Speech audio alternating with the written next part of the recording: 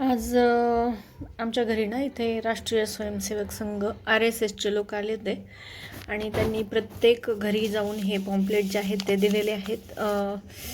तर राष्ट्रीय स्वयंसेवक संघ जो आहे त्याच्या स्थापनेला 100 वर्ष पूर्ण झालेली आहेत 2025मध्ये. तर 27 सप्टेंबर 1925ला याची स्थापना झालेली होती. हेडगेवार जे आहेत डॉक्टर केशव बळीराम हेडगेवार यांनी या संस्थेची स्थापना केलेली आहे आणि 100 वर्ष पूर्ण झालेली घटना आहे. त्यामुळे परीक्षांमध्ये वारंवार प्रश्न येत असतात. तर हे पॉम्पलेट आल्याच्या नंतर माझ्या लक्षात आलं की आपण आपल्या फ्रेंड्सला पण सांगूयात की हा महत्त्वाचा टॉपिक आहे. एखादा प्रश्न आपल्याला यावरती विचारला जाऊ शकतो. तर 100 वर्ष पूर्ण झालेत. 1925ची स्थापना आहे 27 सप्टेंबर आणि या दिवशी विजयादशमी होती असं म्हटलंय त्यांनी. KB हेडगेवार संस्थापक आहेत आणि खूप छान यांचं कार्य आहे. मी वाचलं एकदा आणि हायलाईट पण करून ठेवलं मला जे जे आवडलं ते. परंतु ते परीक्षेच्या दृष्टीने एवढं काही महत्त्वाचं नाही आहे, त्यामुळे तुम्हाला मी ते वाचून नाही दाखवणार. आणि याच्या संदर्भात मी अजून एक बातमी ऐकलेली होती, वाचलेली होती मध्ये. ती म्हणजे या संस्थेला 100 वर्ष पूर्ण झाल्यानिमित्ताने आपले PM मोदी जे आहेत त्यांनी काय केलेलं आहे, एक टपाल तिकीट सुद्धा जारी केलेलं आहे. त्याचबरोबर एक 100 रुपयाचा कॉईन, मे बी 100चा. तर त्याच्यावरती ना आपली भारत माता जी आहे, भारत माता सगळ्यांना माहीत असेल, भारत माता इथे पहा. तर हे जे चित्र आहे ना ते त्या कॉईनवरती छापण्यात आलेलं आहे किंवा त्याची प्रतिमा जी आहे त्या कॉईनवरती टाकण्यात आलेली आहे 100 वर्ष पूर्ण झाल्याच्या निमित्ताने. तर हे सर्व महत्त्वाचे पॉईंट लक्षात ठेवा, कारण की आता ह्या वर्षातली गोष्ट आहे. 2025मध्ये पूर्ण झालेत वर्ष. तर 2025च्या सर्व नोट्स आपण GKच्या वाचत असतो, ज्या आपल्याला 2026च्या परीक्षांमध्ये महत्त्वाच्या असतात. त्यामुळे हा पॉईंटसुद्धा महत्त्वाचा आहे.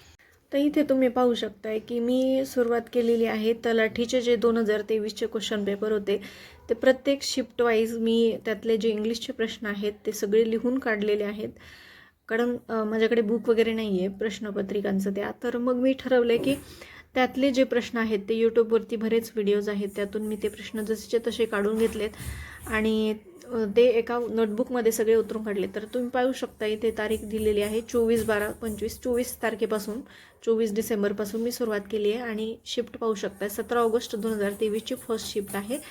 तर जे इम्पॉर्टंट वाटते ते सगळं मी या ठिकाणी लिहून घेतलेलं आहे. त्याचे ऑप्शन जे आहेत ते सुद्धा मी जे मला नवीन वाटले ते सगळे लिहून घेतलेले आहेत. तरी प्रत्येक प्रश्न असा जसंच्या तसावरती लिहित नसता, फक्त जो मेन प्रश्न आहे तो लिहिला आहे आणि तो कशा संदर्भात आहे, कोणत्या टॉपिकवर आहे ते इथे लिहिलेलं आहे. एरर टॅग पाहू शकता.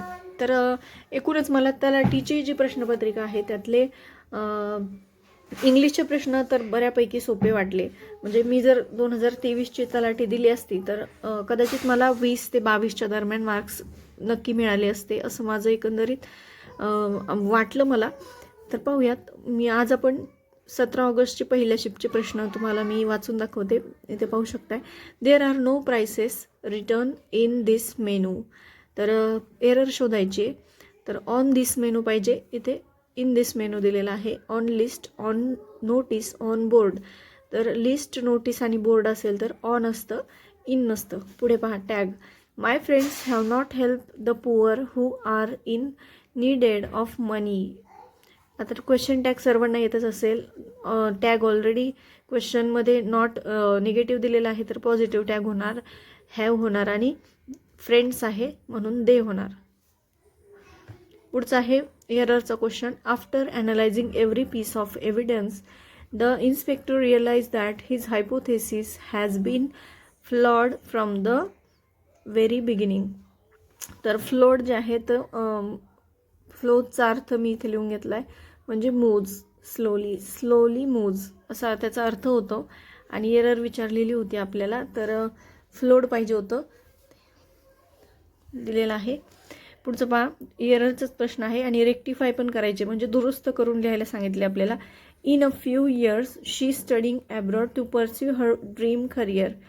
तर विल बी स्टडिंग पाहिजे होतं. यांनी काय दिलेलं आहे, she studying abroad to pursue her dream career. She will be पाहिजे होतं, शी विल बी स्टडिंग, कारण फ्युचर दिलेलं आहे. फ्युचरच्या in a few years like this time, next year, असे जे ॲट द टाईम किंवा हे जे शब्द दिलेले आहेत असे शब्द जर वाक्यामध्ये दिसले तर ते फ्युचर शो करत असतात आपल्याला, हे लक्षात ठेवायचं. आणि म्हणजेच ते काय आहे, फ्युचरचा टेन्स आहे. इथे विल बी स्टडिंग पाहिजे होतं. पुढचं आहे फिलर. फिलर विचारलेलं म्हणजे fill in the blank. Her husband is very jolly by nature. His jokes are dash and we love his company for that reason. तर जोक कसे असतात, हिलॅरियस असतात. हिलॅरियस या शब्दाचा अर्थच काय आहे, विनोदी आहे. ठीक आहे. पुढचा आहे आर्टिकलचा वरचा प्रश्न. We appreciate our peon as he is the honest man. आता हे सेंटेन्स वाचतानाच आपलं द येऊन जातं, म्हणजे जास्त काही विशेष त्याला प्रयत्न करायची गरज पडत नाही. नेक्स्ट आहे वर्बवरचा प्रश्न होता. Better lose the saddle than the horse. आणि मिनिंग विचारलेलं होतं प्रोवर्बचा. Okay. It is better to accept a small loss than to loss everything, असं त्याचा अर्थ होतो. पुढचा आहे टॅग फिलर, म्हणजेच फिल इन द ब्लँकवरचा प्रश्न आहे. आणि क्वेश्चन टॅग फिल करायचा आहे. Okay. They have finished their homework. आता इथे टेन्स जो आहे तो पॉझिटिव्ह आहे, म्हणजे इथे निगेटिव्ह होणार, हॅवंट दे होणार. पुढचा प्रश्न पहा, एरर रेक्टिफायचा. Mamata and Kavita does not like watching serials unlike other woman. तर पहा, ममता आणि कविता या दोघी आहेत. ठीक आहे. मग इथे डज नॉट, डज कधी वापरतो आपण, एकच व्यक्ती असेल, ही शी इट आणि नेम असेल तरच वापरतो. आता ह्या दोघी आहेत म्हणजे प्लुरल आहेत, आणि मग त्यामुळे आपल्याला इथे डू नॉट लाईक पाहिजे होतं, आणि तिथेच एरर आहे मग. ठीक आहे. इडियम विचारली आहे. कीप युअर फिंगर्स क्रॉस म्हणजे काय, तर hope for good luck or a positive outcome. तर असे 10 प्रश्न मी आज तुम्हाला वाचून दाखवलेत. तुम्हाला ही संकल्पना जर आवडली तर तुम्ही असं करू शकता. आता पुढचे प्रश्न पाहूयात आपण, आणि मग मला तुम्ही व्हिडिओच्या कमेंटमध्ये सांगा की तुम्हाला हे इंग्लिशचे प्रश्न पाहायला आवडेल किंवा नाही. मग त्यानुसार मी ठरवेल की पुढचा व्हिडिओ काही चेंजेस वगैरे करायचे आहेत, कारण माझं अक्षर एवढं काही खास नाही आहे आणि खूप तुम्हाला गिचमीड आहे असं वाटत असेल, त्यामुळे ठीक आहे, कमेंट करून सांगा तसं. पुढचा एक प्रश्न आहे मिलिव, याचा अर्थ विचारलेला आहे तर सराउंडिंग असा आहे. पुढचा ॲक्टिव्ह व्हॉइसचा प्रश्न होता. German was being learn by Shobha. तर आपल्याला ॲक्टिव्ह व्हॉइसमध्ये करायचं होतं, पॅसिव्ह व्हॉइस दिलेलं होतं. शोभा वॉज लर्निंग जर्मन. आता इथे बिईंग दिलेलं आहे, कुठे ते बिईंग दिलेलं आहे, म्हणजेच इथं क्वेश्चन ॲक्टिव्ह व्हॉइसमध्ये काय येणार, लर्निंग येणार, वर्बला ING येणार. ठीक आहे. पुढे पुन्हा पॅसिव्ह व्हॉइस करायला सांगितलं आहे, दिलं आहे active voice. Sam played tennis. Tennis was played by Sam. Tag हे टेन्स बदलत नसतो वाक्याचा ॲक्टिव्ह व्हॉइस पॅसिव्ह व्हॉइसमध्ये, तेवढं लक्षात ठेवायचं. आणि पॅसिव्ह व्हॉइस करताना टू बी प्लस V3 असतं रचना. ठीक आहे. पुढचं आहे पंक्च्युएशन. पंक्च्युएशनवरती प्रत्येक शिफ्टमध्ये प्रश्न होते, कधी कधी 2-2 पण प्रश्न पाहायला मिळालेत. तर अल्विन्स कार डिडंट स्टार्ट यस्टरडे. हे सेंटेन्स मी करेक्ट जे आहे तेच लिहिलेलं आहे इथे. पुढचा प्रश्न प्रेपोजिशनवर होता. मेरी मूव टू कॅनडा डॅश 2022. तर इन 22 असतं, जेव्हा वर्ष दिलेलं असतं आपल्याला प्रॉपर, तेव्हा त्याच्या आधी इन हे प्रेपोजिशन येत असतं. पुढचा आहे error. The cat will be sleep for comfortably on the window sill enjoying the sunshine. Okay. Correct answer काय असेल मग त्याचं, the cat will be lying comfortably, किंवा मग the cat will lie comfortably असं येईल. ठीक आहे. स्लिप नाही येणार. ठीक आहे. स्पेलिंग विचारलेल्या होत्या, तर कोणकोणत्या ज्या ऑप्शनमध्ये होत्या ते मी 4ही लिहून घेतल्यात. डेव्हलपिंगचं स्पेलिंग होतं, युरोपियनचं होतं, बॅलन्स, स्ट्राईकचं होतं, आणि स्ट्राईकचं जे आहे ते करेक्ट करायला सांगितलेलं होतं किंवा तिथे चुकीचं दिलेलं होतं. ठीक आहे. पुढचा प्रश्न पहा, प्रोव्हर्बवर. A loaded wagon makes no voice.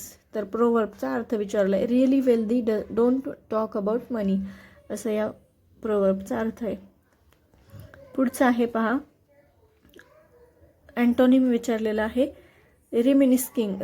रिमिनिस्किंग म्हणजे काय, तर thinking or talking about past usually pleasant ones, म्हणजे ज्या भूतकाळातल्या गोष्टी आहेत ज्या आनंददायी आहेत किंवा सुखावतात, आपल्याला त्याच्याबद्दल विचार केला की सुखावतात अशा गोष्टींबद्दल विचार करणे म्हणजे रिमिनिस्किंग. आणि त्याचे जे सिनोनिम आहेत ते पहा मी इथे लिहिलेत, रिमेंबर, रिकॉल, रिफ्लेक्टिंग. ठीक आहे. आणि त्याचं मग अँटोनिम काय होतं, फॉरगेटिंग. पुढची ॲडव्हर्ब पहा, there is dash dash much furniture in this room. There is too much. ठीक आहे, टू हे इथे ॲडव्हर्ब येतं. पुढचे स्पेलिंगवरती प्रश्न होता. स्पेलिंगवरती सुद्धा खूप भर होता बरं का 2023च्या तलाठी क्वेश्चन पेपरमध्ये. तर चॅलेंजचं स्पेलिंग होतं, सायन्सचं होतं, कम्प्लीटचं होतं. ठीक आहे. पुढचं आहे आणि हा जो प्रश्न आहे तो धर्मादायाच्या परीक्षेमध्ये सुद्धा आणि माझ्या शिफ्टला आलेला होता, त्यामुळे मी इथे लिहून ठेवलं की धर्मादायाला सुद्धा हा प्रश्न आलेला होता. म्हणजे तलाठीला आलेला प्रश्न पुन्हा धर्मादाय 2025ला आला. तर हे TCSचे सुद्धा प्रश्न पुन्हा पुन्हा येतात. आपण जे म्हणतो की रिपीट होत नाहीत, तर ते सुद्धा रिपीट होतात. हा याचा पुरावा देखील आहे पहा.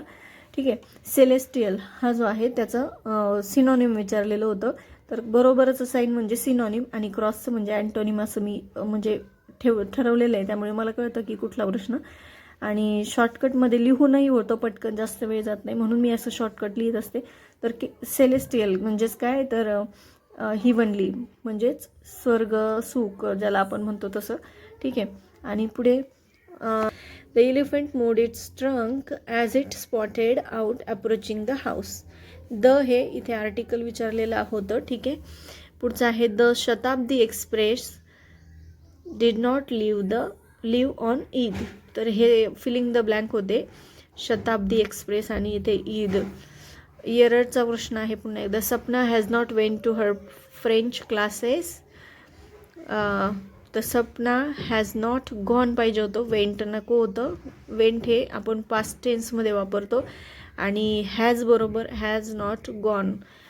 V3 हॅज प्लस V3ची रचना असते, म्हणजेच हॅव हॅज हॅड सोबत आपण V3 वापरतो टू बीच्या रूपासोबत. ठीक आहे. तर अशा प्रकारे इंग्लिशची तयारी तुम्ही सुद्धा करू शकता आणि सांगा मला कमेंट करून की तुम्हाला असे व्हिडिओ पाहायला आवडतील किंवा नाही ते.